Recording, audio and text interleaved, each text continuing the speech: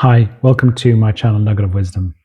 Um, in this conversation, I just want to talk about AI, artificial intelligence, and how over the last probably less than 5 years, it has suddenly become one of the most mainstream topics that people discuss. And what's interesting is that if you were to mention the subject to somebody 5 years ago and said, you really need this in your life, it's really important, it's going to transform everything, you would have said, I've no clue what it is, and it would be in the bottom of your list.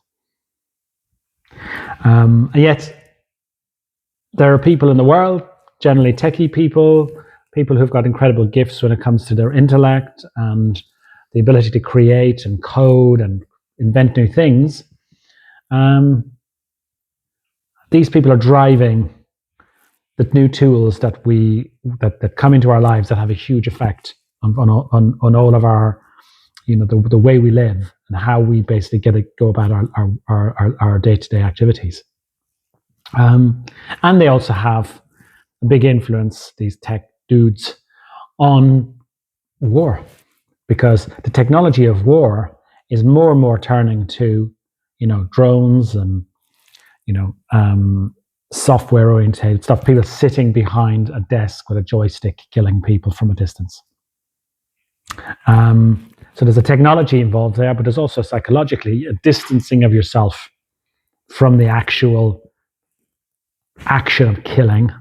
So it's done remotely, and it can be done remotely through, as I say, drones, or it can be done through technologies like robots or rockets or other things, viruses. And really, there's no discussion about any of this stuff. What fascinates me is that despite our intellect, there isn't really anyone, people I would call wise elders, sitting around a table saying, great, let's take this tool, let's take this new thing we've been given, this shovel, and let's basically decide how we could use it. Well, we could use it to, plant crops, to dig the ground, to, do lots of stuff, build a house. Or we could use it to basically hit people over the head. We could use it as a tool of war. Well, let's not do that. So the wise elders are just not there. There's no interest in wise elders in the world. In fact, older people are kind of dismissed. You have a world now, Western world, where there's a tiny minority of people who are seen as being wise and having a say in things that will affect our children's children's children. And those people, they're just often very clever, intellectually clever, very inventive, very unwise, very little wisdom, lack experience, lack understanding, lack empathy, and are totally financially driven. So everything they're doing is about making loads of money. To the end of having a really safe life, luxurious living and expensive things, yachts, houses, whatever you want. Or power, that they want to be in a position of power. And it's a terrible mistake. And it's a mistake that nature does not care about. Nature is not going to go, oh my gosh, you've made a mistake. Nature's going to go, okay, let's see how this turns out. We either go down the route of major suffering, or we go down the route of wisdom, which helps us to make decisions that are good for us as a species. The suffering route is a learning route. We learn through suffering. It's one of the best ways to learn. Everybody knows this.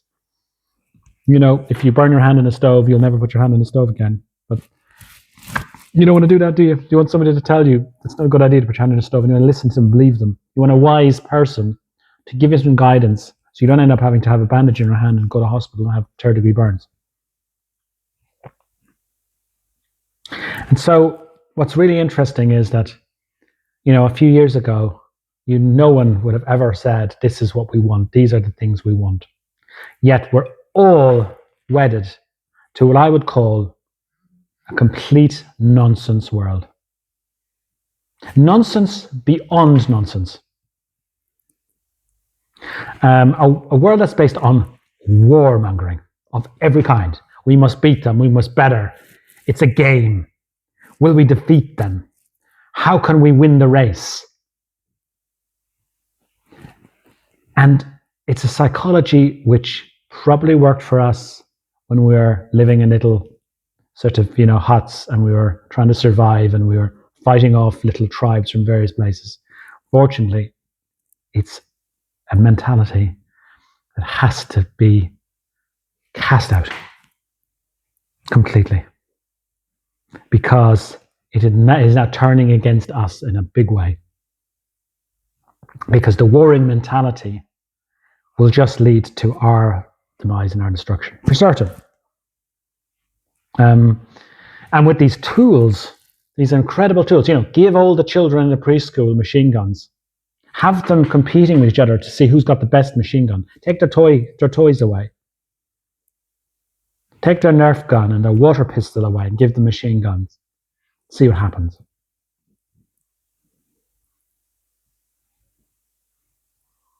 And so the other problem with AI, just on the surface, is that if you do listen to the elders, if you're to find the tens of thousands of wise people who live in this world alive today, who have no say in anything, because most of them are not interested in money, and they don't have the money to spend to get into the political system, or they're not willing to become dogmatic tribalists within the political system, or they're not obsessed about growth and money and innovation and all that sort of stuff.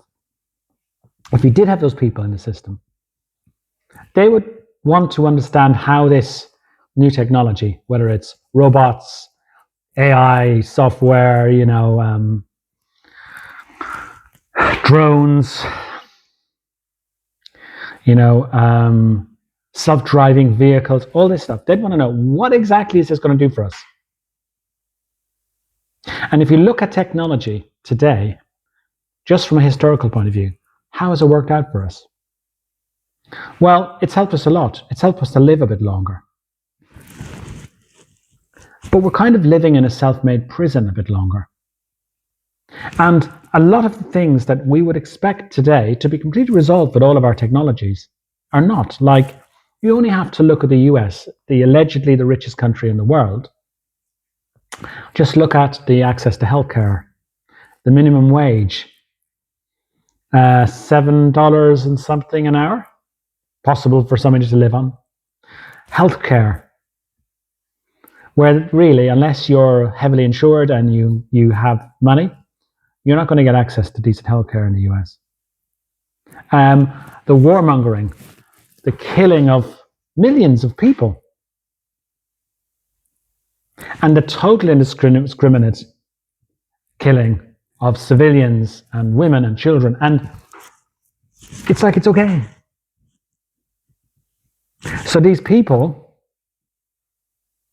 have got the biggest say in what happens with technologies that will affect the future of everybody. Yet they don't have a shred of credibility. Not a shred. And we, unfortunately, the public, just go along with it. In fact, most of the public, including me, have no real clue about technology and about what the effects of technology will be. We hear these buzzwords, and we hear the president talk about how they need to spend hundreds of billions of dollars in a race, so we're the best. It's a total egomania. It's a narcissistic egomania which is totally out of control.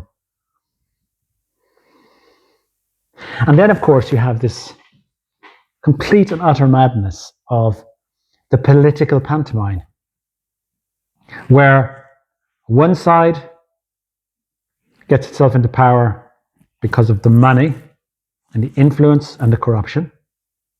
It then goes off and does things to feather its own nests and manipulate the system to squeeze as much as it can out of the system for special interest individuals.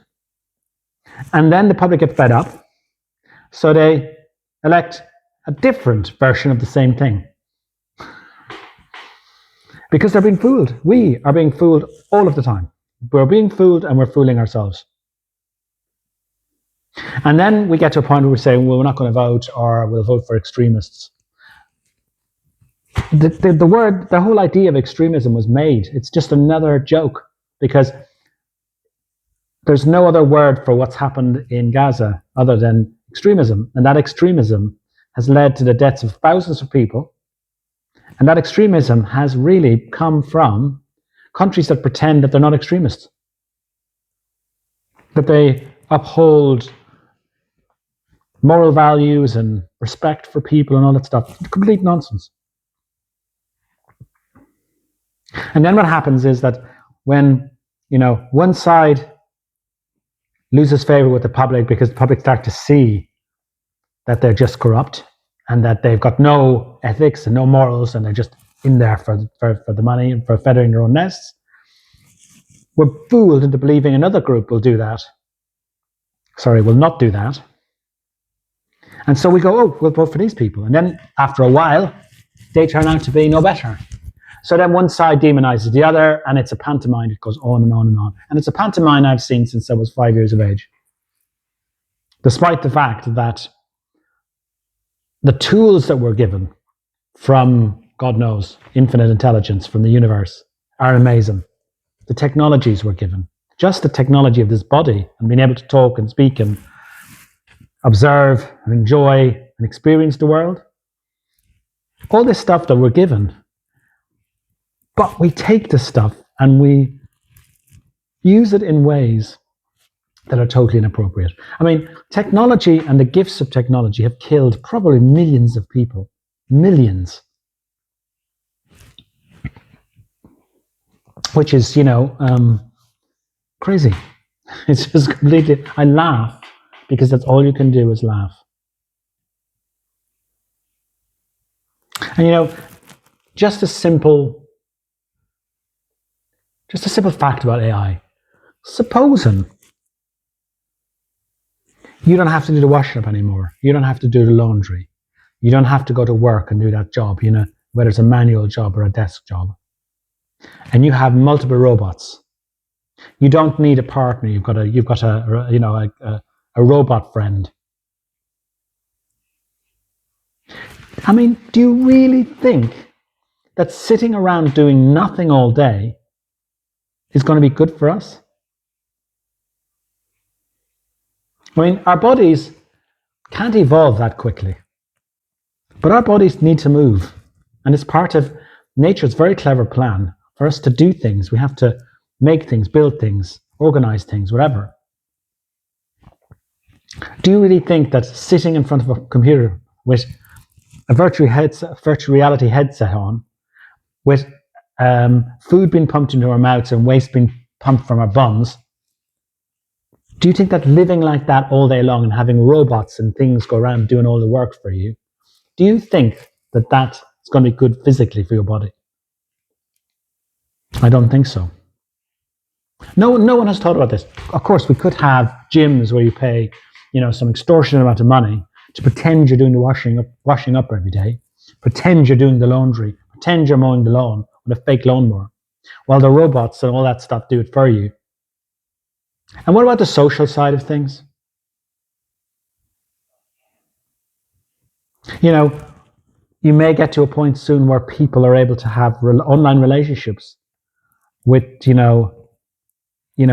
avatars that seem like they are conscious, but they won't be.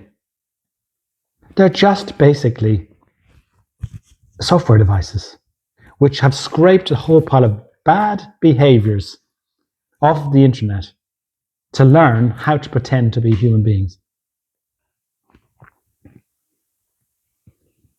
It's like, raising your child and just teaching it a lot of bad stuff and then hoping that when it's a teenager, it grows up and becomes wise and clever. It's not. On top of that, we are deliberately engaged in war mentality all the time. Everything you see and hear is about competition.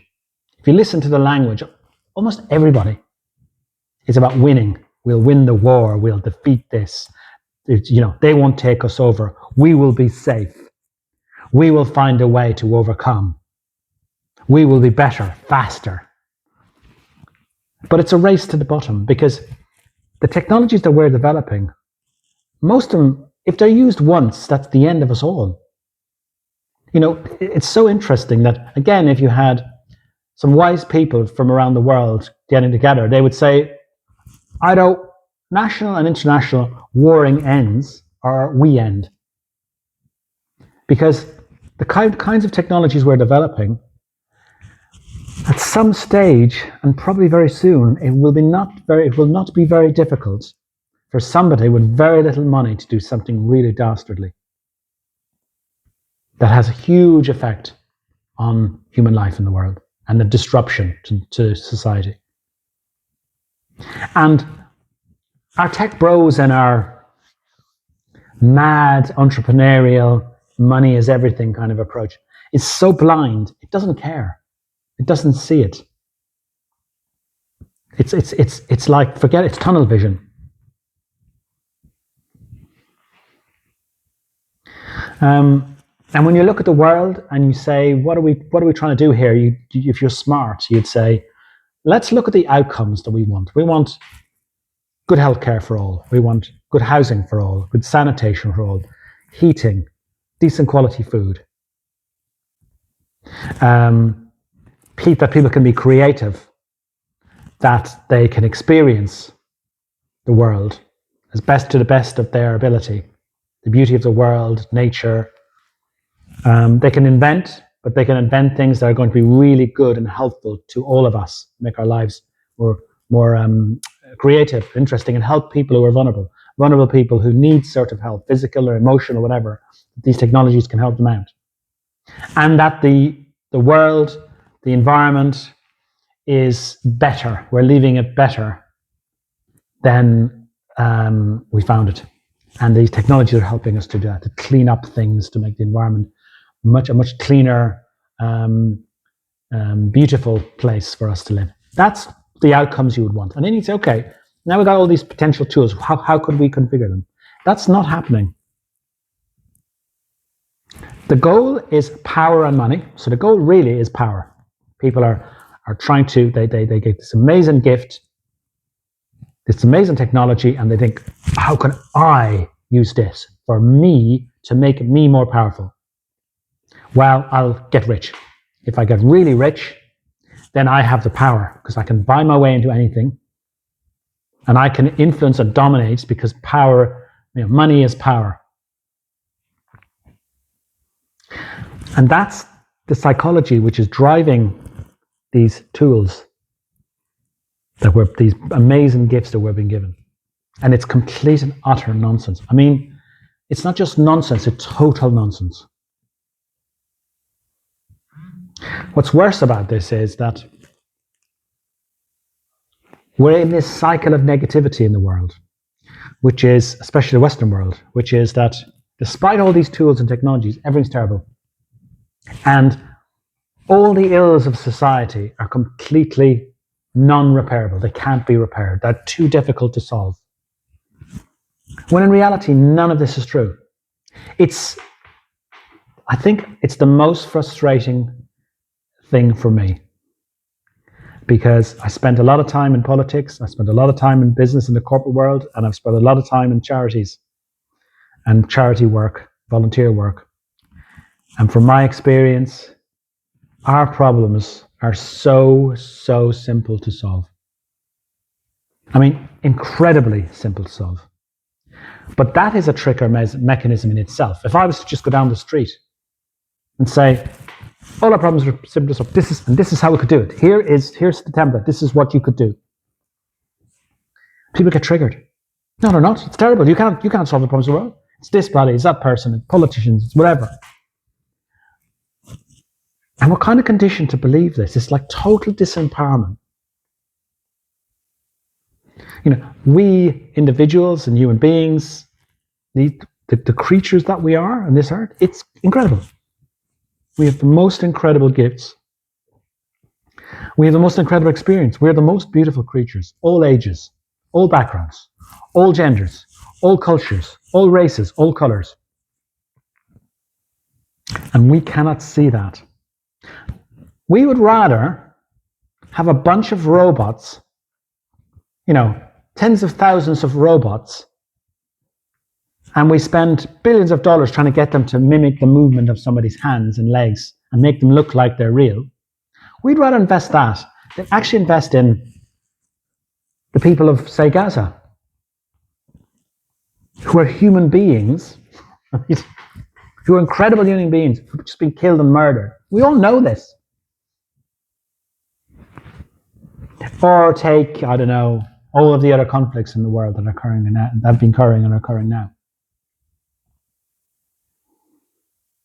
So the problems are really easy to fix. The way we're conditioned and cultured is that they're not, that they're impossible. And we're caught up in this movie where it's like a warring game, where one person arises and gets put on the pedestal. And we look up to that person and say, oh my God, you're amazing. And then when they show their human side and they get greedy and they get a bit hungry for power and they do something silly, kick them off the pedestal. And then that creates another drama. And the really big problem in the world at the moment is actually trying to figure out how you can stop the drama. And I don't know. How you can get to a point where people go, oh my gosh, this is all nonsense. What are we doing here? We don't need to do any of this. Our doing, rather than being, is our worst enemy. And all the stuff we're doing, we don't even know why we're doing it, and we don't even know what the effect will be, and we really don't understand, will the influence be positive or negative? Well, I don't know, but I can make some money out of it. So it is total nonsense, and it's almost like we're on an unstoppable path. And my concern is that unless somebody speaks out and says, hold on a second, let's just stop. If we stopped for 500 years doing all this stuff, it wouldn't make any difference. There's millions and millions and millions of years of generations of people and creatures and plants on this planet to come. But we have the ability to affect and destroy the whole thing. And I'm certain that nature doesn't have the passion and the sort of, the energy that I have about this. Nature will just go, okay, see ya, goodbye. You don't work, it's not working here, you're gone. And is that what we want? And even if we're not gone, there's also quite a possibility that whoever is left will have had to learn a really, really traumatic and difficult lesson.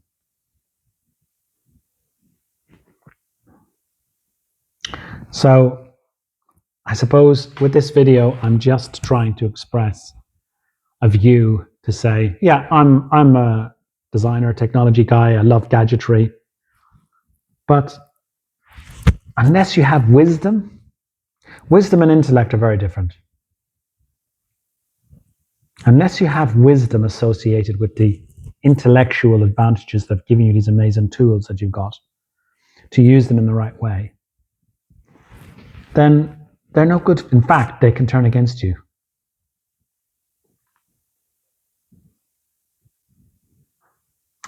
So thank you for listening. I'd love to hear your comments, and see you in my next video.